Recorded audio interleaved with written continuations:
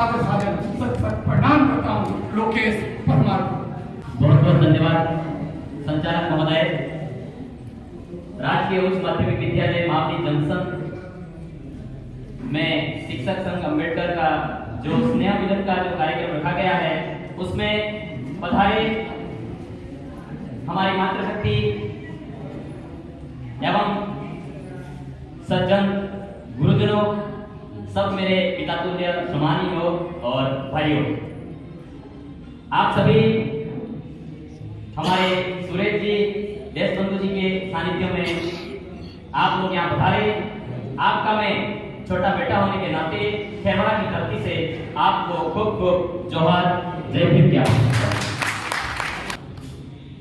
शिक्षक साथियों, मित्रों, हमें समझने और सोचने की जरूरत है कि हम लोग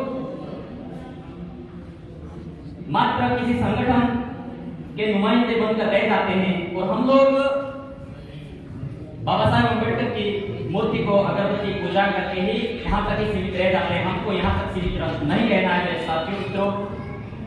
बाबा साहेब अम्बेडकर ने कहा था कि वो पहले पुरुषों को प्रधान नहीं मानते थे, मातृशक्ति को प्रधान मानते थे, इसलिए वो कहते थे कि बहनों भाइयों, ऐसा करके हमेशा उद्बोधन देते थे।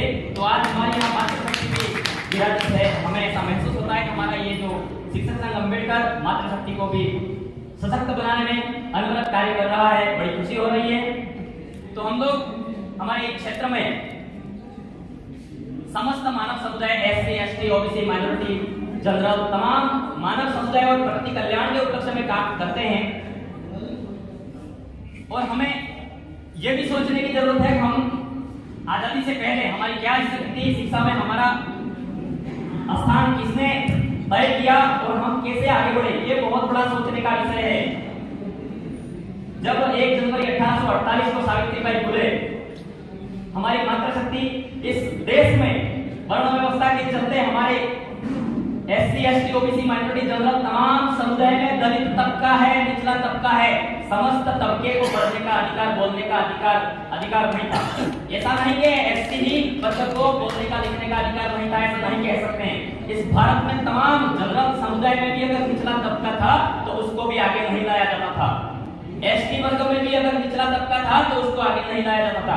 एससी समुदाय में भी अगर निचला तबका था तो उसको आगे नहीं लाया जाता था। तो हमारी सावित्रीबाई फुले को भी नमन करना चाहते हैं। 1848 में आजादी से 99 साल पहले स्कूल का उन्होंने निर्माण किया था और बहुत बहुत धन्यवाद ये पात्र है सावित्रीबाई फुले हमारे। और फिर उसके बाद में बाबा साहेब अम्बेडकर ने 31-32 यानी कि 31 में 2 सम्मेलन, गोलमेज सम्मेलन हुए, 32 में एक हुआ, 3 गोलमेज सम्मेलनों में जाकर के ब्रिटिश सत्ता के सामने प्रस्ताव रखे कि हमारे दलितों को लोकतंत्र डेमोक्रेसी सिस्टम का हमको अधिकार दिया जाए।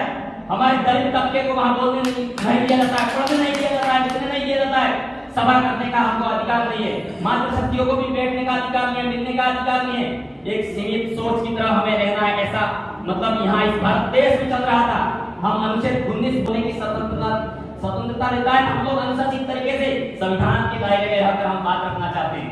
तो उस समय गोलमेज सम्मेलन से वापिस आए तो हमारे लिए लोकतंत्र, डेमोक्रेसी सिस्टम और वोट का अधिकार, शिक्षा का अधिकार और फंडामेंटल राइट्स भीमराव अम्बेडकर की देन है। इस भारत में आज हम बोल पा रहे, कर पा रहे, लिख पा रहे, पढ़ पा रहे, हमारे पास कलम भी है। तो ये हमें चिंतन करने की और मनन करने की जरूरत है। हम लोग सिर्फ पूजा अगरबत्ती करके ही हमको सीमित नहीं रहना है और प्रेस और अच्छे अच्छे कपड़े पहनने से एसी में बैठ जाने से हमें हमारा हक अधिकार शिक्षकों का और तमाम कर्मचारियों का नहीं मिलेगा।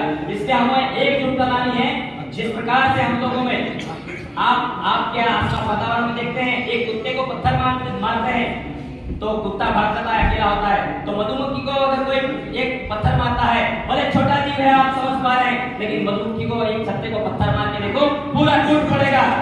हम इस वक्तव्य के माध्यम से ये कहना चाहते हैं, हमको किसी के धर्म के प्रति हम लोगों को ऐसा नहीं, लेकिन हमारी शासन प्रणाली में अगर शिक्षा में ऐसी त्रुटियां आती है, विसंगतियां आती है, तो हम लोगों को जाति पाति ऊंच नीच भेदभाव किए बिना हमें हमारे संघर्ष की ओर आगे बढ़ना है और शिक्षा के क्षेत्र में उत्थान लाने का प्रयास करना है।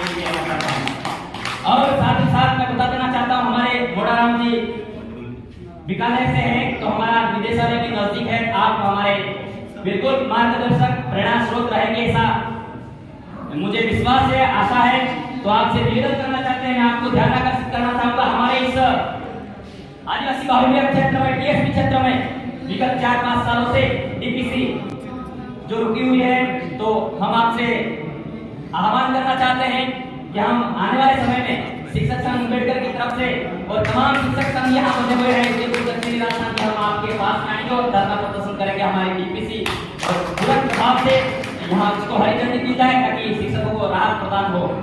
इसी के चलते समय ज्यादा नहीं है, मुझे आपका छोटा बेटा होने के नाते बोलने का अवसर प्रदान किया। मैं कुछ लाइनों के साथ में मेरी वाणी का वक्तव्य खत्म करना चाहूंगा। बन सहारा बेसहारों के लिए, बन सहारा बेसहारों के लिए, बन किनारा बेकिनारों के लिए, बन किनारा बेकिनारों के लिए। जीना तो हर कोई जी लेता है, जीना तो हर कोई जी लेता है, लेकिन जियो हजारों के लिए और पूरे मानव कल्याण के लिए। तो मैं इस बात के माध्यम से कहना चाहता हूँ पूरे दक्षिणी राजस्थान में, पूरे भारत क्षेत्र में अगर शिक्षण की और पूरे कर्मचारियों की अगर समस्या आई तो तुम्हारा बेटा या ऐसे ही खड़ा रहेगा, पीछे कभी नहीं हटेगा, ये कहना चाहता हूँ।